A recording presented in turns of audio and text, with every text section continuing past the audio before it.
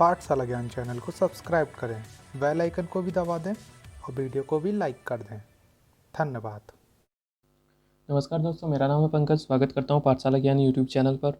कल के वीडियो में हमने पढ़ा था आइगन वैल्यूज़ कैसे फाइंड करते हैं। आज हम पढ़ने वाले हैं कि आइगन वेक्टर क्या होता है और इसे कैसे फाइंड करते हैं पर्टिकुलर आइगन वैल्यूज़ के लिए। ठीक है, चलिए पढ़ते हैं।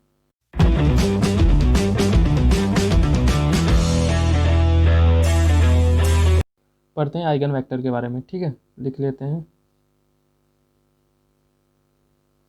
Eigen vector. इसे हम कैरेक्टरिस्टिक वेक्टर भी बोलते हैं। ठीक है, कैरेक्टरिस्टिक वेक्टर इसलिए बोलते हैं बिकॉज कैरेक्टरिस्टिक इक्वेशन से हम आइगन वैल्यूज़ निकालते हैं और हर एक आइगन वैल्यूज़ के लिए अलग अलग हमारे आइगन वेक्टर आते हैं। ठीक है, अब इसे समझने के लिए सिंपल सा आप देख सकते हैं। अगर मैं एक एग्जांपल लेता हूँ कि मेरा आइगन वेक्टर ऐसा होने वाला है x1 x2 x3। ठीक है, या फिर x1 x2 हो सकता है खाली,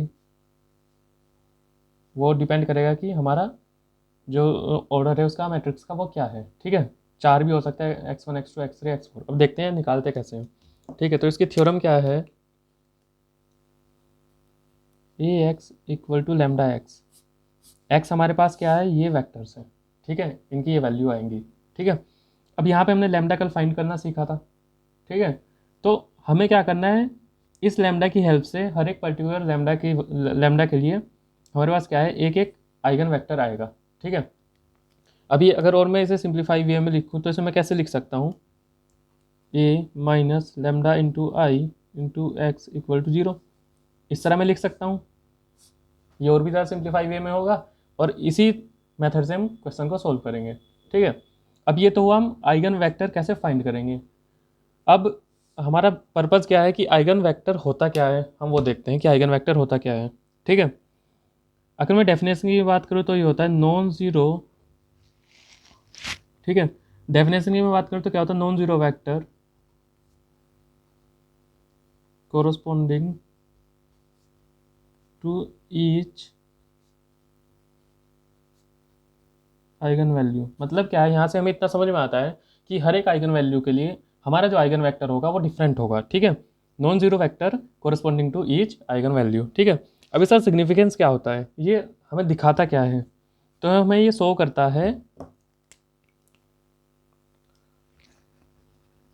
principal direction of a matrix.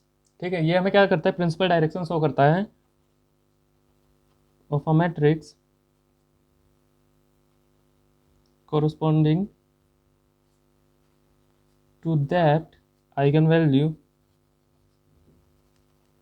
ठीक है, मतलब जिस आइगन वैल्यू के लिए हमने इसे फाइंड किया, ठीक है, कुछ भी हो सकता है, लैम्डा की वैल्यू मान दीजिए 1 2 3 4 इस तरीके से, तो ये हमें क्या करेगा, डायरेक्शन शो करेगा मैट्रिक्स की उस आइगन वैल्यू के हिसाब से। मान लो हमने लैम्डा इक्वल टू 1 के लिए आइगन वेक्टर फाइंड किया, तो हमें जो डायरेक्शन मिलेगी ना वो इस लैम्डा के मतलब 1 की वैल्यू के हिसाब से डायरेक्शन मिलेगी, 2 की वैल्यू के हिसाब से कुछ और डायरेक्शन मिलेगी। इस तरीके से हमें मतलब प्रिंसिपल डायरेक्शन को शो करता है मैट्रिक्स की। ठीक है, डिफरेंट डिफरेंट आइगन वैल्यूज़ के लिए। एक एग्जांपल की हेल्प से हम इसे समझते हैं अच्छे से, आपको अच्छे से समझ में आ जाएगा फिर कि मेरा मतलब क्या है इस वेक्टर से। ठीक है, कि हम इसे वैल्यू कैसे फाइंड करेंगे। ठीक है, तो एक एग्जांपल ले लेते हैं।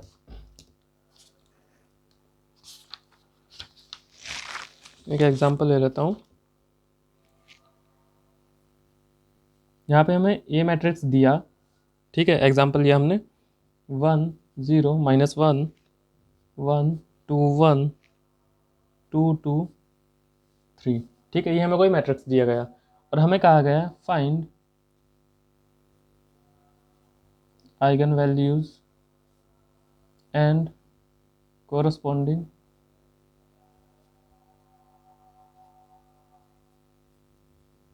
मतलब हमें क्या कहा गया है कि आइगन वैल्यूज फाइंड करनी है और उन सब आइगन वैल्यूज के कोरस्पॉन्डिंग आइगन वेक्टर फाइंड करने हैं। ठीक है, इसी एग्जांपल से हमें अच्छे से समझ में आने वाला है। ठीक है, अच्छे से समझेंगे हम।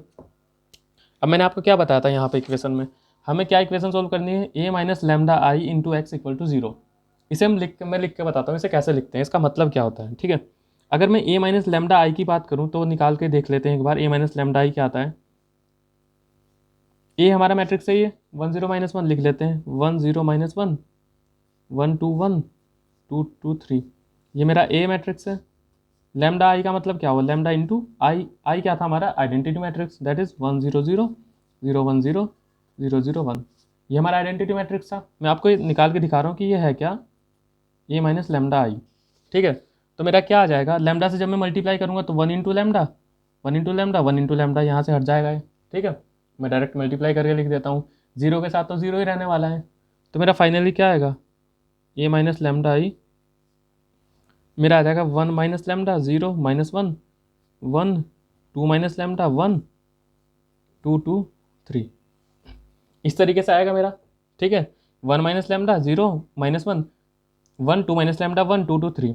अब मुझे सिंपली क्या दिख रहा है कि मैं जब ए माइनस लेमडा आई निकालने जा रहा हूँ तो सिर्फ मेरा जो डायगनल है ये वाला, ठीक है, जिसे हम प्रिंसिपल डायगनल बोलते हैं, सिर्फ इसमें चेंजेस आ रहे हैं। और इसमें भी क्या चेंजेस आ रहे हैं कि लैम्डा जो है सब्ट्रैक्ट हो रहा है हर एक एलिमेंट से, 1 minus lambda, 2 minus lambda and here 3 minus lambda, sorry, ठीक है, इस तरीके से आ रहा है। तो ये तो मेरा ए माइनस लैम्डा आई हो गया, ठीक है। अब मैं क्या लिखता हूँ इसे, A minus lambda I into X equal to 0 लिखना है। तो मैं कैसे लिखूँगा इसे, ए माइनस लैम्डा आई तो मेरा आ गया 1 minus lambda 0 minus 1 1, 2 minus lambda 1 2 2 3 minus lambda, ठीक है। एक्स मैंने आपको क्या बताया था, एक्स हमारा कोई वेक्टर है, वो डिपेंड करेगा कि ऑर्डर क्या है, ठीक है। जैसे यहाँ पे 3 क्रॉस 3 का है तो ये 3 का बनेगा, ठीक है, 3 रो 1 कॉलम 3 क्रॉस 1 का बनेगा, ठीक है। उसी हिसाब से अगर ये 2 क्रॉस 2 का होता हमारा ये, तो ये 2 क्रॉस 1 का बनता। तो यहाँ पे लिख लेते हैं x1 x2 x3 equal to, अब हमारा zero matrix, null matrix, zero का मतलब ये तो नल मैट्रिक्स, क्योंकि मैट्रिक्स के साथ इक्वेट मैट्रिक्स होगा ना, कोई एक पर्टिकुलर नंबर तो नहीं हो सकता, ठीक है। तो हम इसे कैसे लिखेंगे, 0 0 0।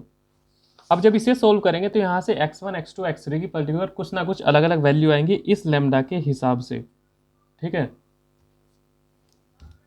इस लेमडा के हिसाब से अलग अलग वैल्यूज आएंगी, उन्हें हमें फाइंड करना है, ठीक है। चलिए 1 बाई 1 देख लेते हैं। अब उसके लिए पहले, सबसे पहले हमें क्या करना पड़ेगा, लेमडा की वैल्यूज फाइंड करनी पड़ेगी, मतलब मुझे आइगन वैल्यूज फाइंड करनी पड़ेगी। अब अगर इस मैट्रिक्स की मैं आइगन वैल्यू फाइंड करता हूँ, जैसे कल मैंने आपको फाइंड करना सिखाया था, तो हम डायरेक्ट कर लेते हैं ताकि हमारा टाइम भी बचे, ठीक है। तो अगर मैं आइगन वैल्यू फाइंड करूँगा तो मुझे क्या करना है, सिंपली ए माइनस लेमडा आई का डिटर्मिनेंट लेना है। तो ए माइनस लेमडा आई मेरा क्या आया, ये 1 माइनस लेमडा, ये वाला matrix 1 minus lambda 0 minus 1 1 2 minus lambda 1 2 2 3 minus lambda, ये आ गया मेरा। इसे मैं 0 के साथ इक्वेट कर दूंगा, A minus lambda I equal to 0, ठीक है। तो यहाँ से मैं लिख लेता हूँ जो इसकी वैल्यू आएंगी, आइगन वैल्यू आप निकाल सकते हैं, इसकी जो आइगन वैल्यूज आएंगी 1 2 3 आएंगी, ठीक है, आप निकाल सकते हैं, कैरेक्टरिस्टिक इक्वेशन बनेगी, ठीक है। मैंने आपको निकालना सिखाया है ये, ठीक है। अगर मैं अब निकालने जाऊँगा थोड़ा टाइम ज़्यादा लग जाएगा, इसलिए मैं डायरेक्ट ले लेता हूँ। 1 2 3 इसकी आइगन वैल्यूज़ आने वाली है, ठीक है। अब जब हम आइगन वेक्टर फाइंड करेंगे तो हमने क्या करना है, हर एक आइगन वैल्यूज़ के लिए फाइंड करना है। तो पहले लिख देते हैं फॉर लेमडा इक्वल टू 1, मतलब लेमडा इक्वल टू 1 के लिए मुझे आइगन वेक्टर फाइंड करना है। क्या करना है मुझे, ठीक है, ये मैंने बताया था A minus lambda I into X equal to 0 करना है, ठीक है। और हमने ये इक्वेशन इस तरह लिखी थी, A minus lambda I into X हमारा क्या आया था, ये आया था ना, ये matrix 1 minus lambda 0 minus 1 1 2 minus lambda 1 and 2 2 3 minus lambda, यहाँ पे x1 x2 x3, ठीक है, ये हमारा मैट्रिक्स था जो हमारा वेक्टर को शो करेगा अभी, ठीक है, ये 0 0। तो यहाँ पे इस वाले में इसे इक्वेशन 1 ले लेते हैं, इसमें लेमडा की वैल्यू पुट करते हैं 1। जब मैं लेमडा की वैल्यू पुट करूँगा इसमें तो देख लीजिए 1 माइनस लेमडा इक्वल टू 1 रख रहा हूँ, 1 माइनस 1 0, यहाँ पे 0 था, यहाँ पे 1 1 2 माइनस लेमडा मतलब 2 माइनस 1 1 1 2 2 3 माइनस 1 1, सॉरी 3 माइनस 1 2, ये मेरा मैट्रिक्स आ जाएगा 2 2 2। और यहाँ पे क्या था मेरा x1 x2 x3 equal to क्या रहेगा 0 0 0, ठीक है। यहाँ पे लेमडा इक्वल टू 1 के लिए हमने मैट्रिक्स लिख लिया। अब क्या करना है, इसके बाद इसे सोल्व करना है, इसे सोल्व कर लेते हैं।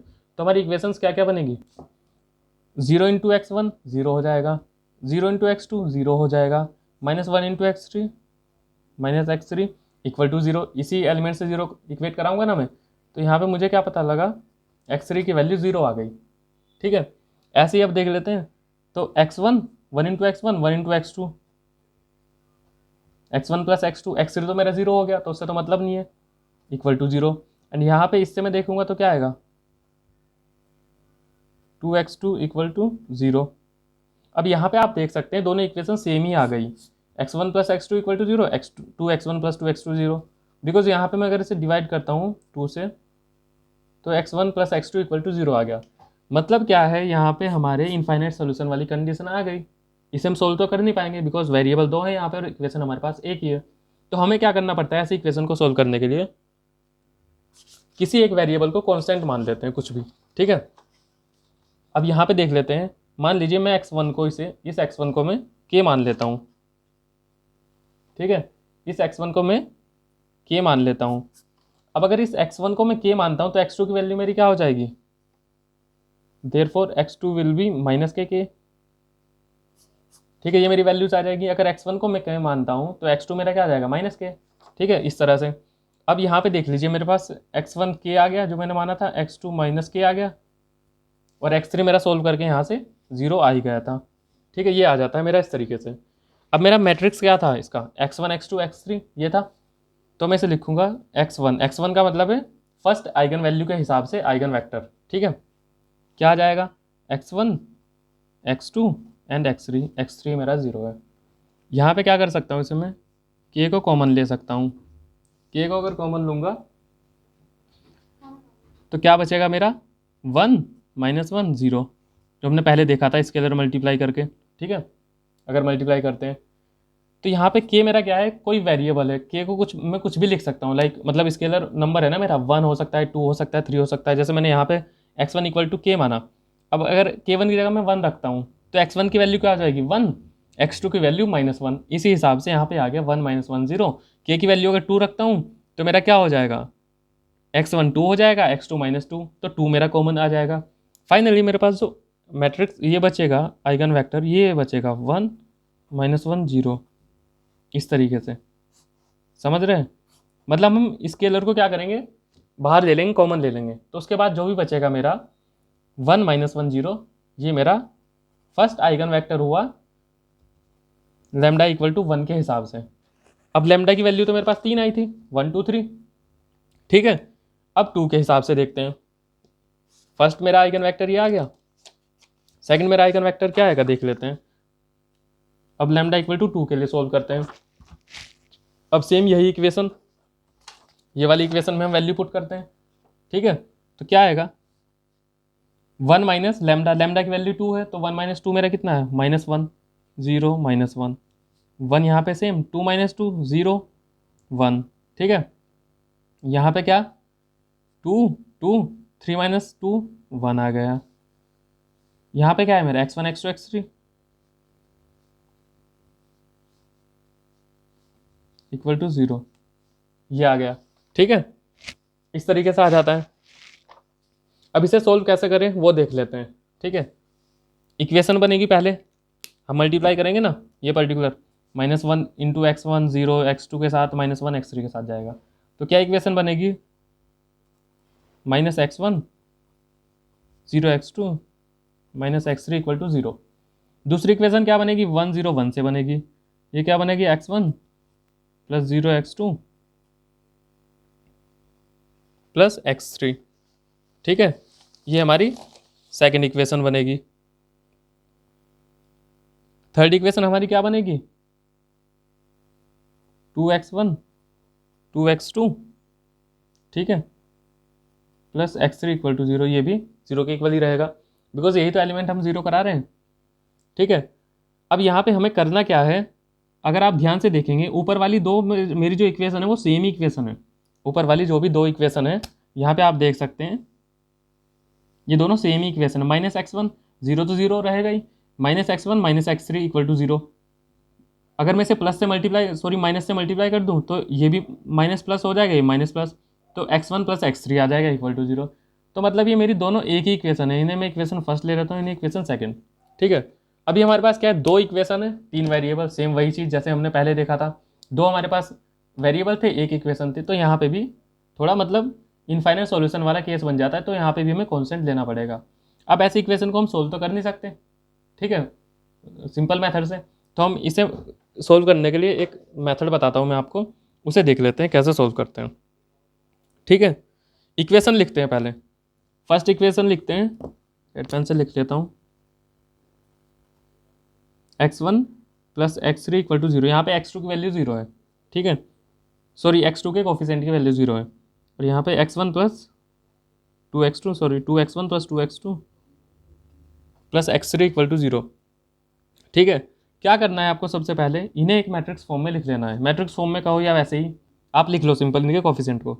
x1 का कोफिशिएंट 1, x2 का कोफिशिएंट 0, x3 का कोफिशिएंट 1। ठीक है, ऐसे ही इस सेकंड इक्वेशन का लिखो। ये फर्स्ट थी ना, ये सेकंड थी, मैंने यहाँ पे लिख दी 2 2 1। ठीक है, अब देखिए इस फर्स्ट रो को हम क्या बोलेंगे, x1 लिखते हैं, इसे x2, इसे x3। ठीक है, और यहाँ पे साइन कन्वेंशन कैसा होगा, प्लस माइनस प्लस, जैसे हम डिटर्मिनेंट फाइंड करते थे। ठीक है, वैसे ही साइन कन्वेंशन होगा। अब देखिए कैसे इसे हम सोल्व करते हैं। तो x1 अगर मैं लिखता हूँ तो x1 क्या लिखूंगा मैं, इस x1 को कवर कर लूँगा, मतलब जो भी मैं वैल्यू फाइंड करने वाला हूँ उस कॉलम को कवर करूँगा, बाकी को मैं सोल्व करके लिख दूंगा। इसे सोल्व करूँगा तो कैसे आएगा, 0 इंटू 1 0 माइनस 1 इंटू 2, इस तरीके से। ठीक है, 1 इंटू 2 माइनस के 2 इक्वल टू x2। x2 मेरा क्या आएगा, मैंने क्या बताया अभी आपको, इसी कॉलम को जिसे मैं फाइंड कर रहा हूँ उसे कवर कर लूँगा, ऐसे मेरा कवर हो जाएगा ये। ठीक है, लेकिन यहाँ पे क्या है, एक सीन और है, माइनस है, तो मेरा माइनस भी यहाँ आएगा। ठीक है, अब इसे सोल्व करके लिखते हैं, क्या बचेगा देख लेते हैं। 1 2 1 1। अब अगर मैं इसे कवर करता हूँ और इसे सोल्व करता हूँ तो 1 इंटू 1 1 हुआ, ठीक है, एंड 2 इंटू 1 माइनस के 2 हुआ। ठीक है, इतना समझ आया। उसके बाद x3 लिखते हैं, ऐसे ही x3 लिखूंगा तो x3 वाले कॉलम को कवर करूंगा, क्या बचेगा मेरा, 1 इंटू 2 माइनस 2 इंटू 0 0।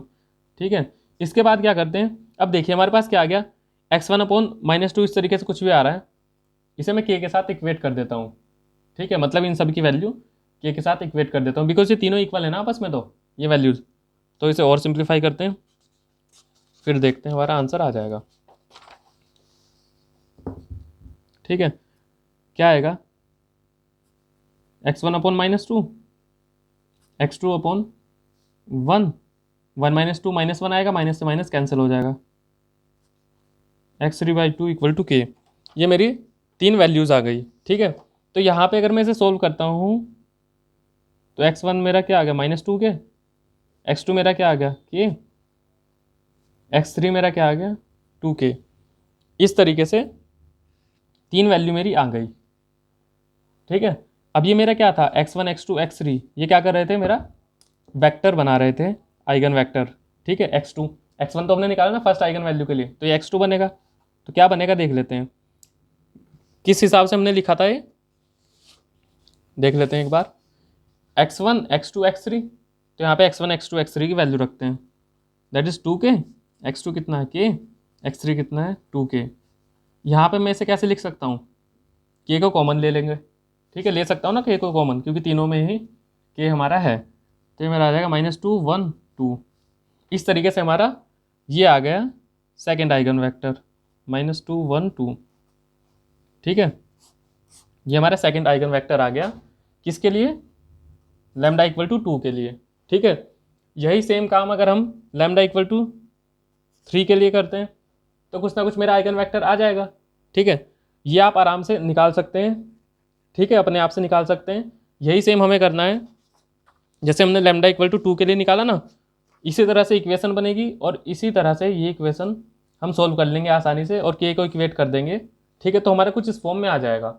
उसके बाद के को हम क्या करेंगे, कॉमन ले लेंगे।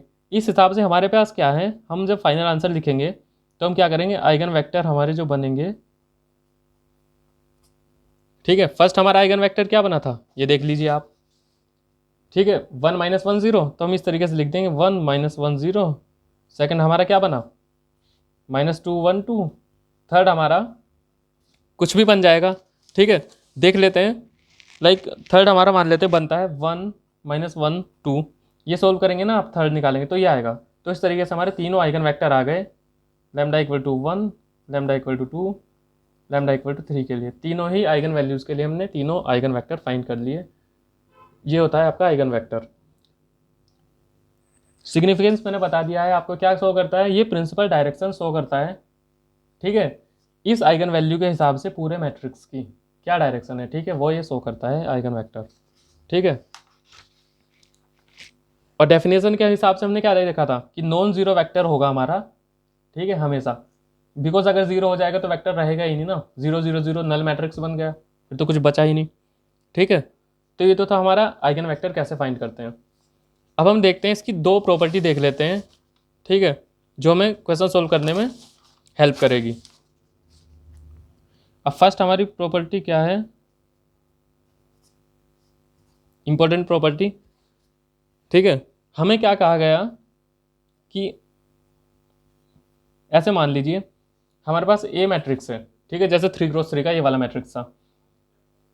हमें कहा गया कि ए स्क्वायर का आइगन वेक्टर फाइंड करो, या ए क्यूब का आइगन वेक्टर फाइंड करो, या ए की पावर 4 का आइगन वेक्टर फाइंड करो, या फिर ए इनवर्स का आइगन वेक्टर फाइंड करो, ठीक है, या फिर एडजॉइंट ऑफ ए का आइगन वेक्टर फाइंड करो, ठीक है। मतलब कुछ भी दे दिया हमें इनमें से इस तरीके से, मतलब कुछ पावर कर दी, चाहे वो माइनस में हो चाहे प्लस में हो, ठीक है, या फिर एडजॉइंट ऑफ ए का हमें आइगन वेक्टर फाइंड करने के लिए दे दिया। तो हमें क्या करना है, सिंपल आइगन वेक्टर फाइंड करना है सिर्फ ए का, because eigen vector of A inverse, A square, A cube, A की power 4 and so on, and adjoint of A, इन सब के आइगन वेक्टर जो होते हैं आर सेम, इन सब के आइगन वेक्टर हमारे सेम होते हैं, ठीक है।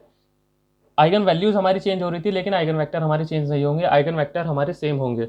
आइगन वेक्टर सिर्फ एक ही वेक्टर, एक ही मैट्रिक्स के लिए चेंज होगा, वो देख लेते हैं कौन सा है, ठीक है। अगर हमें कहा गया है ए मैट्रिक्स दिया कोई भी और आइगन वेक्टर पूछा हमसे ए डैश का, ठीक है, तो eigen vector of A and A dash are different, और मैं बोलूँ तो नॉट सेम। जो आइगन वेक्टर होंगे ए एन ए डैश के वो सेम नहीं होंगे, बाकी सबके जो आइगन वेक्टर होते हैं like A inverse, A square, A cube, adjoint of A, इन सब के आइगन वेक्टर सेम होते हैं हमारे, ठीक है। सिर्फ ए और ए डैश के सेम नहीं होते, ये आप याद रखेंगे। अगर ए मैट्रिक्स के आइगन वेक्टर हमें दिए गए हैं और ए डैश के पूछे हैं तो हमें प्रीवियस मेथड से जो हमने पढ़ा है अभी उसी मेथड से सोल्व करके ए डैश के आइगन वेक्टर फाइंड करने पड़ेंगे, बिकॉज उनकी वैल्यू डिफरेंट आएगी, ठीक है। Eigenvalue A and A dash की सेम रहती थी, हमने कल पढ़ा था ना प्रॉपर्टी में आइगन वैल्यू की, ए एन ए डैश की जो आइगन वैल्यू निकालेंगे वो सेम रहेगी लेकिन आइगन वेक्टर हमारे अलग आएंगे, ठीक है। यहाँ इसका उल्टा है, यहाँ पे आइगन वैल्यू सेम थी लेकिन आइगन वेक्टर अलग अलग, सॉरी आइगन वैल्यू से अलग अलग थी, आइगन वेक्टर हमारे सेम आएंगे, ठीक है। ये दो हमारी इसकी मेन प्रॉपर्टी है, मेजर प्रॉपर्टी है, ठीक है। आप इसके एग्जाम्पल सोल्व कर सकते हैं किसी भी बुक से, लाइक एच के राज से सोल्व कर सकते हैं। आज के लिए इतना ही करते हैं। वीडियो पसंद आई हो तो वीडियो को लाइक करें, चैनल को सब्सक्राइब करें, और आपकी जो भी क्वेरी हो या फिर कोई क्वेश्चन ऐसा है जो आपसे नहीं बनता वो आप हमें कमेंट में पूछ सकते हैं या फिर हमें मेल कर सकते हैं, ठीक है। चलिए, धन्यवाद।